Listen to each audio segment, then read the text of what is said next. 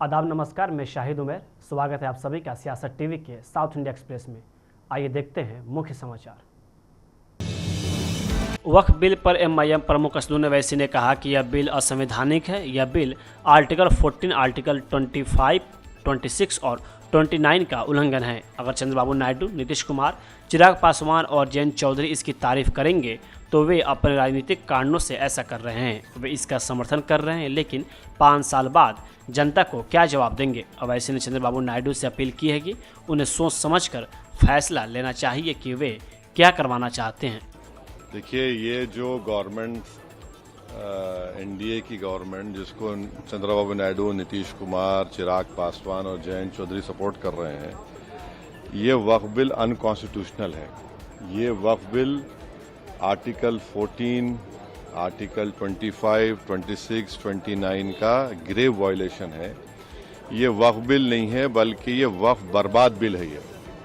और अगर चंद्रबाबू नायडू, नीतीश कुमार, चिराग पासवान, जयंत चौधरी इसकी तायीद करेंगे तो वो अपने पॉलिटिकल रीजंस की वजह से या जो भी उनके है नैरो रीजन तायीद कर रहे हैं नरेंद्र मोदी सरकार की, ये बात साबित हो जाएगी कि वो मुसलमानों की मस्जिदों को, दरगाहों को, खानखाहों को, इवैक्यू वक्फ प्रॉपर्टीज को और लिमिटेशन एक्ट अप्लाई करेंगे तो एनक्रोचर्स को रिवॉर्ड करेगी। तो वो उसकी ये सपोर्ट कर रहे हैं। उनको ये देखना चाहिए कि ये सपोर्ट तो कर रहे हैं, मगर क्या आप 5 साल के बाद जब जाएंगे जनता के पास क्या जवाब देंगे उनको? अब तो बिहार का चुनाव भी है, तो ये अनकॉन्स्टिट्यूशनल। एक बात समझिए, वक्फ बाय यूजर सरकार निकाल रही है।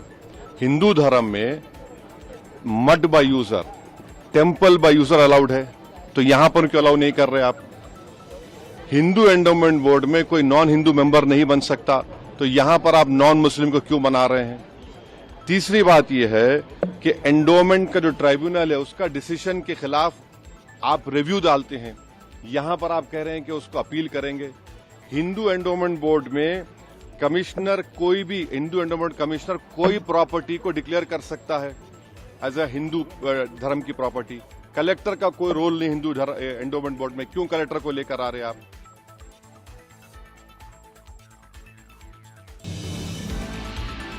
तेलंगाना के मुख्यमंत्री रेवंत रेड्डी के 3 अप्रैल को अपने मंत्रिमंडल का विस्तार करने की उम्मीद है, जो चुनाव आयोग की मंजूरी के अधीन है। 23 अप्रैल को आगामी स्थानीय निकाय एमएलसी चुनावों के कारण हैदराबाद में आदर्श आचार संहिता प्रभावी है। इसलिए राज्य सरकार राजभवन में शपथ ग्रहण समारोह के लिए चुनाव आयोग की अनुमति मांग रही है। रविवार को मुख्यमंत्री ने राज्यपाल जिष्णुदेव वर्मा से मुलाकात की, जहां उन्होंने कथित तौर पर कैबिनेट विस्तार योजनाओं पर चर्चा की। उम्मीद है कि राज्यपाल 3 अप्रैल को शपथ दिलाएंगे। रिपोर्ट्स की माने तो कैबिनेट में 4 नए मंत्री शामिल किए जाएंगे, जबकि 2 पद खाली रह सकते हैं। हालांकि ऐसे भी अटकलें हैं कि सभी 6 रिक्त पद भरे जा सकते हैं। पार्टी ने ये नए मंत्री पद के लिए किसी नाम का खुलासा अभी तक नहीं किया है। कैबिनेट पदों के लिए विधायकों के बीच तीव्र प्रतिस्पर्धा के साथ कांग्रेस नेतृत्व ने अंतिम चयन के संबंध में सख्त गोपनीयता बनाए रखी है।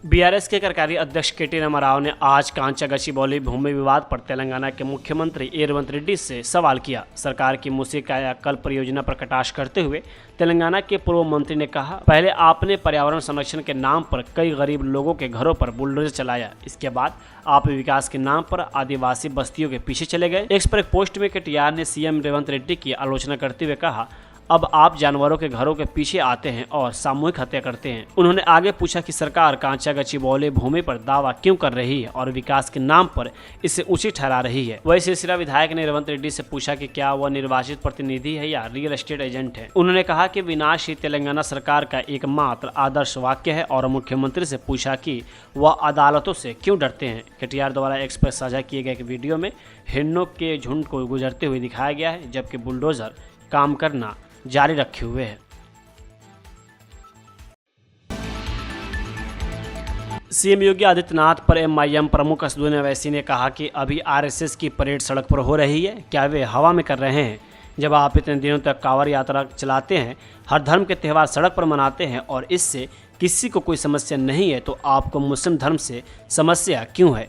क्या इस देश में केवल एक ही धर्म है? इस देश की सुंदरता इसकी विविधता है। आप एक विचारधारा के बारे में बात कर रहे हैं और वह विचारधारा आरएसएस की विचारधारा है। हाँ तो फिर सुनिए, हेलीकॉप्टर से फूल बरसाना वो अलाउड है। कांवड़ यात्रा चलती है। हाँ, अभी आरएसएस की परेड हुई, रोड पे हो रही है, हवा में उड़ के कर रहे हैं वो लोग। हाँ तो हाँ चलिए, हमको रोड पे करने दीजिए। हाँ, अरे हमको भी रोड पे करने दीजिए ना। जब आप कांवड़ यात्रा को इतने दिन चलाते हैं, जब हर धर्म का फेस्टिवल रोड पे होता है और उससे किसी को तकलीफ नहीं है, फिर मुस्लिम धर्म से क्यों तकलीफ हो रही भाई आपको? हाँ तो हाँ ठीक है, वो कितने लोग उससे कितने लोग जख्मी हुए, कितने लोग मर गए, वो तो नहीं बता रहे ना। ठीक है, अच्छा हुआ भाई आप महाकुंभ किए, मगर इसका ये मतलब तो नहीं है कि ये इस देश का एक ही रिलीजन होगा। क्या इस देश का एक रिलीजन है? बताइए। इस देश की खूबसूरती उसका प्लुरलिज्म, डाइवर्सिटी है। इस देश का कोई रिलीजन है ही नहीं। ये देश सब रिलीजन को सेलिब्रेट करता है, जो नहीं मानता किसी भगवान अल्लाह को, उसको भी सेलिब्रेट करता है। आप तो एक आइडियोलॉजी की बात कर रहे हैं आप, और वो आइडियोलॉजी आरएसएस की आइडियोलॉजी है जो संविधान से टकराती है।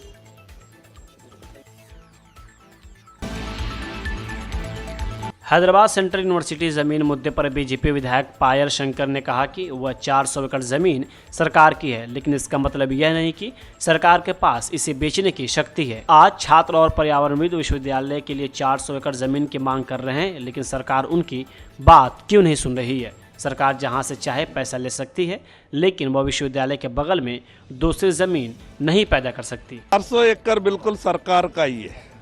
सरकार का मतलब ये नहीं है कि बेचने का पावर है। अरे यूनिवर्सिटी किसका है? वो भी तो सरकार का है। यूनिवर्सिटी सरकार का है, ये भी जमीन सरकार का है। तेलंगाना में जितना भी जमीन सरकार का है वो सरकार का ही है। सरकार का मतलब ये नहीं है बेचने का कोई पावर नहीं है।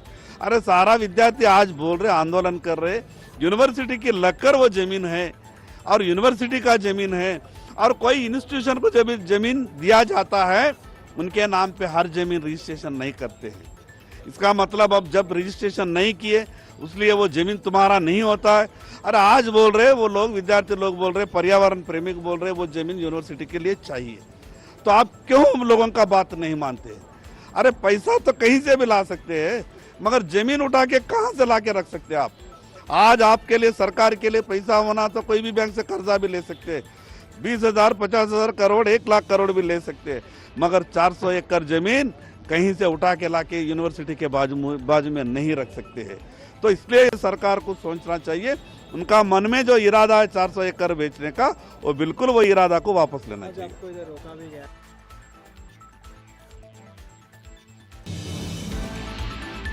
वक्फ संशोधन विधेयक पर तेलुगु देशम पार्टी यानी टीडीपी के राष्ट्रीय प्रवक्ता प्रेम कुमार जैन ने कहा कि पूरा मुस्लिम समुदाय वक्फ संशोधन विधेयक पेश होने का इंतजार कर रहा है।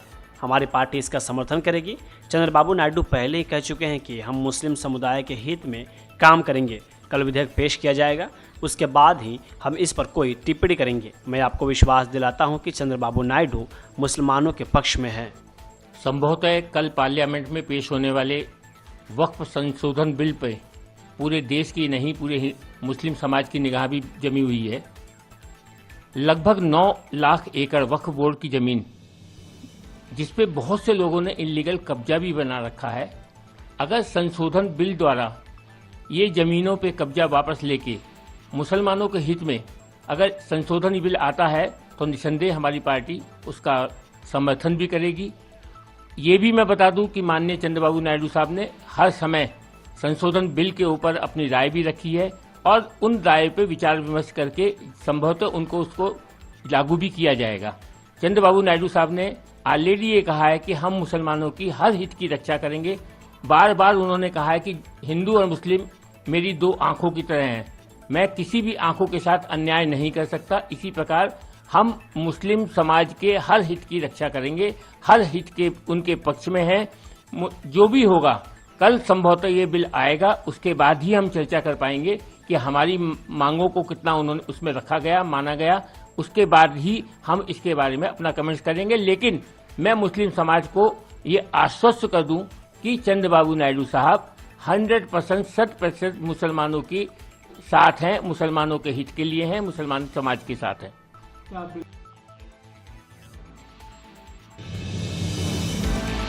कठोर बचाव अभियानों और समन्वित प्रयासों के बावजूद एसएलबीसी सुरंग में दुर्घटना के बाद भी लापता 8 श्रमिकों में से 6 का पता नहीं चल पाया है। मानव अवशेषों के संभावित स्थानों की पहचान करने के लिए कैडेवर कुत्तों को फिर से तैनात किया गया था, लेकिन उनके निष्कर्षों से कोई नतीजा नहीं निकला, जिससे बचाव दल रुक गए। बचाव कार्यों की प्रगति का आकलन करने के लिए एक नए प्रयास में एसएलबीसी सुरंग के विशेष अधिकारी शिवशंकर लोथेटी ने आज सुरंग कार्यालय में स्थिति की समीक्षा की। बैठक के दौरान विभिन्न बचाव टीमों के शीर्ष अधिकारियों ने अपनी गतिविधियों और सुरंग के अंदर चल रही चुनौतियों पर अपडेट प्रदान किया। लोथेटी ने बचाव प्रयासों में बाधा डालने वाले स्टील और लोहे के मलबे को साफ करने के लिए किए जा रहे व्यापक उपयोगों का वर्णन किया। उन्होंने मिट्टी उत्खनन प्रयासों को आगे बढ़ाने के लिए टनल बोरिंग मशीन को नष्ट करने की जटिल प्रक्रिया के बारे में विस्तार से बताया। उन्होंने कहा कि बचाव कार्यों में आने वाली प्रमुख बाधाओं में से एक को संबोधित करने के लिए सुरंग के अंदर से पानी हटाने का काम भी चल रहा है। उन्होंने केंद्रीय और राज्य एजेंसियों के बीच समन्वित टीम वर्क पर प्रकाश डाला, जिससे ऑपरेशन के लिए महत्वपूर्ण कन्वेयर बेल्ट सिस्टम की बहाली में तेजी आई है।